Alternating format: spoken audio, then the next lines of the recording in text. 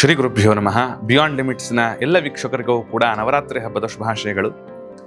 ನವರಾತ್ರಿಗೆ ಪರ್ವಕಾಲದ ಒಂದು ಶುಭ ಸಂದರ್ಭದಲ್ಲಿ ನಾವು 7ನೇ ದಿನ ಕಾಲಿಟ್ಟಿದ್ದೇವೆ.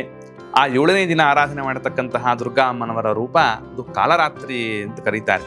ಈ ಅಮ್ಮನವರನ್ನು ಚಿಂತಿಸುವಾಗ ಏಕವೇಣಿ ಜಪಾಕರ್ಣಪೂರ ನಗ್ಗನ ಖರಸ್ಥಿತ ಲಂಬೋಷ್ಠಿ ಕರ್ಣಿಕಾ ಕರ್ಣಿ ತೈಲಾಭ್ಯಕ್ತ ಶರೀರಿಣಿ ವಾಮಪಾದೋಲ್ಲಸತ್ ಲೋಹಲತಾ ಕಂಟಕ ಭೂಷಣ ವರ್ಧನ ಮೂರ್ಧಜಟಿಲ ಕಾಲರಾತ್ರಿರ್ ಭಯಂಕರಿ ಅಂತ. ಭಯಂಕರವಾದ ರೂಪ ಇದು ಕಾಲರಾತ್ರಿಗೆ ರೂಪ.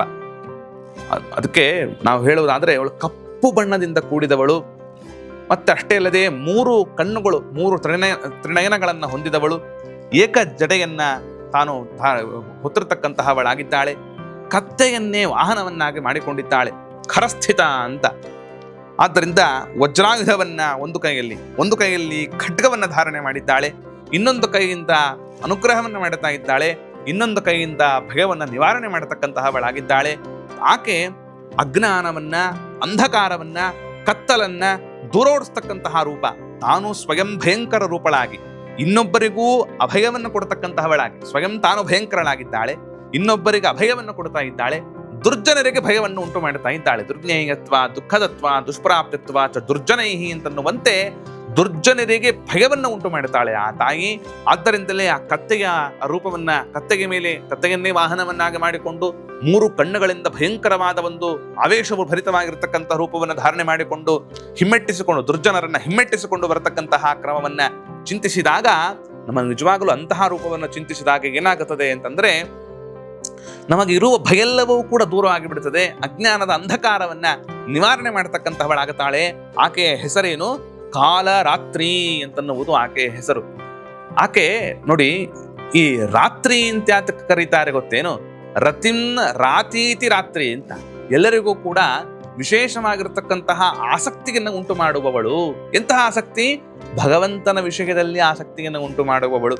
ಅಥವಾ ಕಾಲ ರಾತ್ರಿ ಅಂತನ್ನುವಾಗ, ಕಾಲ ಅಂತಂದ್ರೆ ಕಲವಿಕರಣೆ, ಆಯ್ತಾ? ಅಂದ್ರೆ ಆ ಭಗವಂತನಿಗೆ ಕಾಲ ಅಂತ ಹೆಸರು.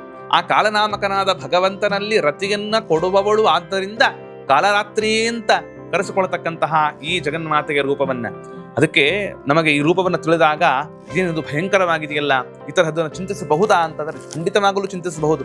ಯಾತಕ್ಕೆ ಚಿಂತಿಸಬೇಕು ಅಂತಂದ್ರೆ, ನಮ್ಮಲ್ಲಿರ್ತಕ್ಕಂತಹ ಒಂದು ಇಗ್ನೋರೆನ್ಸ್ ಇದೆಯಲ್ಲ, ಒಂದು ಯಾವುದನ್ನು ತಿಳಿಯಬೇಕು ಅಂತಿದೆ, ಆದ್ರೆ ತಿಳಿಯುವುದಕ್ಕೆ ಕಾತರತೆಯೂ ಇದೆ. ಏನೋ ಒಂದು ಭಯ, ಏನೋ ಒಂದು ಟೆನ್ಷನ್, ನಮ್ಗೆ ಭಯ ಉಂಟಾಗ್ತಾ ಇದೆಯಪ್ಪ ಅಂತ ಅದರ ಬಗ್ಗೆ ಹೆಜ್ಜೆ ಇಡೋದಕ್ಕೂ ಕೂಡ ಮುಂದಕ್ಕೆ ಹೋಗಲ್ಲ ಕೆಲವರು. ಈ ತರಹದ ಸ್ಟೇಜ್ ಫಿಯರ್ ಅಂತ ಕರೀತಾರೆ ನೋಡಿ. ಎಷ್ಟೋ ಜನಕ್ಕೆ ಮೇಲ್ ಹೋಗಿ ಮಾತನಾಡೋದಕ್ಕೂ ಏನೋ ಒಂದು ಶಿವರ್ ಆಗ್ತಾ ಇರ್ತಾರೆ, ಭಯ ಪಡ್ತಾ ಇರ್ತಾರೆ.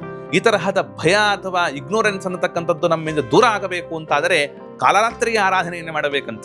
ಅಷ್ಟೇ ಅಲ್ಲದೇನೆ ಈ ಹಿಂದೆ ಹೇಳಿದಂತೆ ಕಾಲನಾಮಕ ಭಗವಂತನಲ್ಲಿ ಆಸಕ್ತಿ ಉಂಟಾಗಬೇಕು ಅಂತಾದರೂ ಕೂಡ ಕಾಲರಾತ್ರಿಯ ಆರಾಧನೆಯನ್ನು ಮಾಡತಕ್ಕಂತಹವರಾಗಬೇಕು. ಖಂಡಿತವಾಗಲು ಈಕೆಯ ಆರಾಧನೆಯಿಂದ ದುರ್ಜನರ ಒಂದು ಭಯವೂ ನಮಗೆ ದೂರ ಆಗುತ್ತದೆ. ದುರ್ಜನರಿಗೂ ಭಯವನ್ನು ಉಂಟು ಮಾಡುತ್ತಾಳೆ, ಸಜ್ಜನರಿಗೆ ಅಭಯವನ್ನ ಕೊಡುತ್ತಾಳೆ. ಅಂತಹ ಭಗವಂತನಲ್ಲಿ ಆಸಕ್ತಿಯನ್ನು ಉಂಟು ಮಾಡತಕ್ಕಂಥವಳಾಗುತ್ತಾಳೆ. ಆದ್ದರಿಂದ ಈ ಕಾಲರಾತ್ರಿಯ ಒಂದು ಚಿಂತನೆಯನ್ನು ನಾವು ನಡೆಸಬೇಕು ಅಂತ ಹೇಳ್ತಾ, ಇವತ್ತಿನ ದಿನ ವಿಶೇಷವಾಗಿ ಆ ಕುಮಾರಿ ಮುತ್ತೈದೆಯರನ್ನ ಮನೆ ಒಳಗೆ ಕರೆತಂದು ಆಕೆಗೆ ಆಸನ ಉಪಚಾರಗಳನ್ನು ಕೊಡ್ತಕ್ಕಂತಹವರಾಗಿ, ವಿಶೇಷವಾದ ವಸ್ತ್ರಾದಿಗಳನ್ನು ಕೊಡ್ತಕ್ಕಂಥವರಾಗಿ, ಆಕೆಯ ಅಂತರ್ಯಾಮಿಯಾಗಿರ್ತಕ್ಕಂತಹ ಕಾಲರಾತ್ರಿ ರೂಪಗಳನ್ನ ಚಿಂತಿಸ್ತಕ್ಕಂಥವರಾಗಿ ನಾವು ಸಕಲ ಇಷ್ಟಾರ್ಥಗಳನ್ನು ಪಡಿತಕ್ಕಂತಹವರಾಗಬಹುದು ಅಂತ ಹೇಳ್ತಾ, ಆ ಕಾಲರಾತ್ರಿ ಎಲ್ಲರಿಗೂ ಅನುಗ್ರಹವನ್ನು ಮಾಡತಕ್ಕವಳಾಗಲಿ ಅಂತ ಹೇಳಿ ಎಲ್ಲರಿಗೂ ಧನ್ಯವಾದಗಳು.